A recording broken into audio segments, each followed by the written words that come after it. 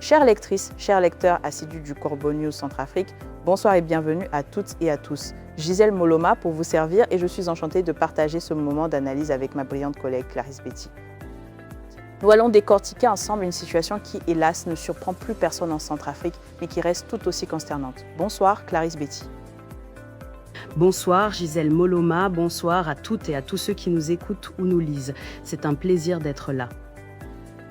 Alors Clarisse Betty, quelle est la grande actualité, ou plutôt quelle est la dernière pantalonnade qui met en lumière, une fois de plus, l'immobilisme qui ronge notre pays?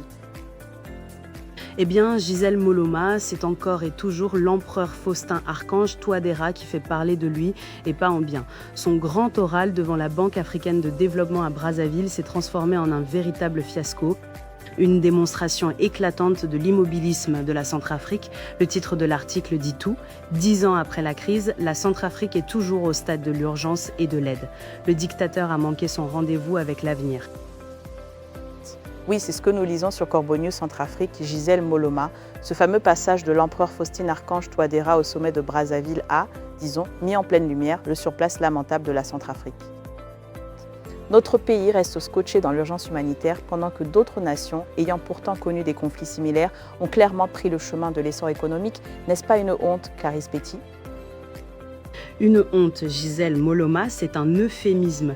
Les discussions avec la Banque africaine de développement là-bas au Congo ont carrément mis à nu la faillite stratégique totale du régime de Bangui. C'est officiel, c'est à la vue de tous. Le monde entier a pu constater que ce régime n'a aucune vision, aucune direction pour notre pays. Et le pire, Clarisse Betty, c'est que le dictateur centrafricain, qui était là pour séduire les bailleurs de fonds, a lui-même signé le bilan de son propre échec.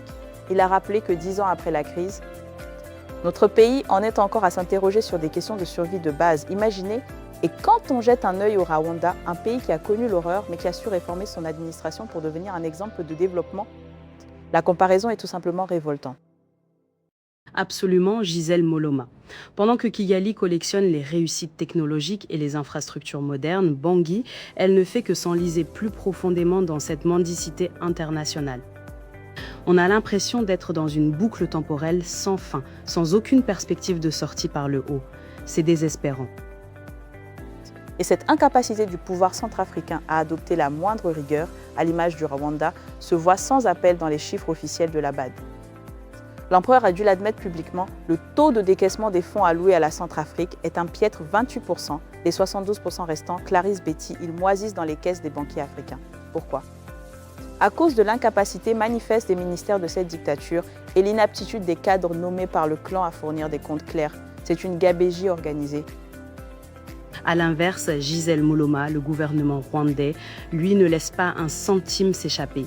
Il utilise chaque mythe des financements internationaux avec une discipline administrative qui relève de la science-fiction pour nous.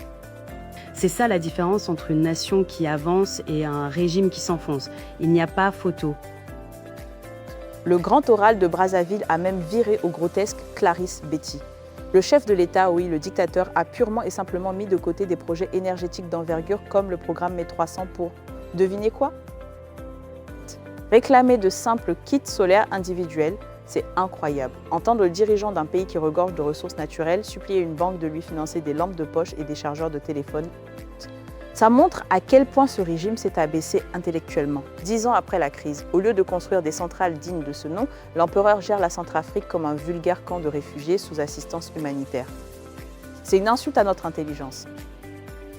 C'est une politique du court terme qui sape complètement la crédibilité de leur fameux plan national de développement, celui qu'ils ont présenté avec tant de pompe au Maroc. Les investisseurs à Brazzaville ont bien compris que les jolis livrets de la dictature sur papier glacé ne valent rien sur le terrain. La bureaucratie de Bangui préfère jouer les victimes, se plaindre d'être le parent pauvre, plutôt que de faire le ménage dans les circuits financiers rongés par la pourriture. Et la BAD, elle, ne cède pas au chantage, elle garde le verrou sur ses millions non utilisés. Résultat, Gisèle Moloma, le dictateur est reparti les mains vides vers une capitale qui, elle, reste dans le noir. C'est un cycle infernal de l'échec. C'était le regard cinglant d'Alain Dilo pour Corbeau News Centrafrique, Clarisse Betty. Et si vous souhaitez nous contacter, chers auditeurs, pour nous partager vos réactions, votre numéro de téléphone ou WhatsApp est le +2 36 70 16 44 65. N'hésitez pas, merci de nous avoir suivis et à très bientôt sur les ondes du NC. Au revoir, Gisèle Moloma.